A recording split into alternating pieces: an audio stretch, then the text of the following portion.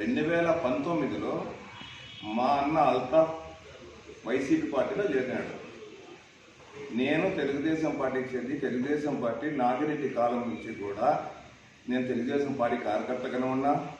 నిన్న మొన్న చేరి పొద్దు తెలుగుదేశం పార్టీ కుటుంబ సభ్యులు ఎవరో తెలియని వ్యక్తులు కూడా విమర్శిస్తున్నారు.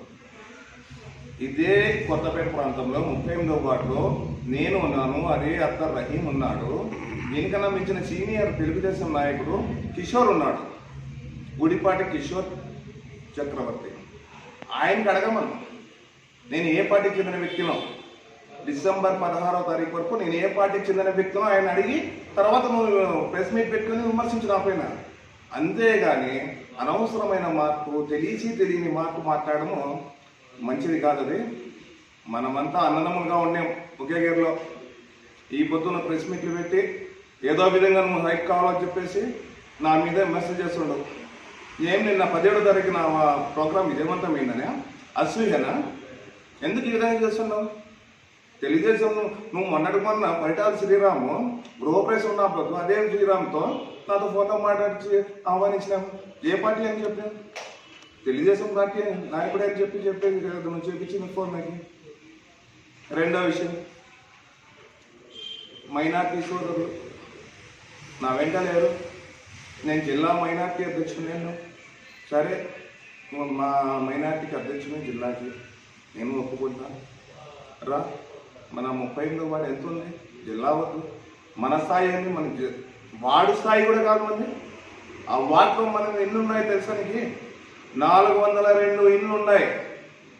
402 ఇళ్ళు మైనార్టీ సోదరులు ఉన్నాయి. మైనార్టీ సోదరుల ఇళ్లలో నువ్వు రేపు పొద్దునే కొత్తపేట సర్కిల్లోకి వచ్చి ఇంటింటా పోయి పిలుచుకొని రా. నీ అంటే ఎంతమంది మైనార్టీ సోదరులు వస్తారో చూస్తా. నేను ఎవరిని పిలవను.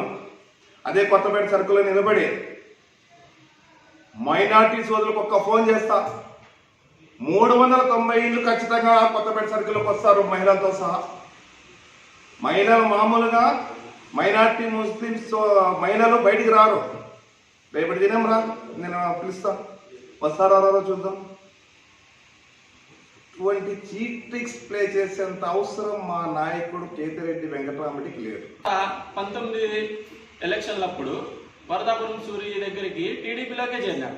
అంటే టీడీపీలో నుంచి టీడీపీలోకి చేరినట్లే ఆ రోజు జరిగింది. వీళ్ళందరూ మా గురించి మాట్లాడాల్సిన అవసరం ఏం లేదు. ఇక్కడ కేతిరెడ్డి గారికి అంతకంటే అవసరం లేదు. ఉండే వాళ్ళని మళ్ళా చేర్పించుకునేకి మాకేం ఖర్చు పెట్టే అవసరం లేదు. ఇతనికి ఖర్చు పెట్టి ఉండే దాంట్లోనే చేరేకి మాకు అంత అవసరం అయితే ఏం లేదు. వాళ్ళకి ఇదే చెప్తున్నాం, దయచేసి ఇలాంటివి మానుకోండి.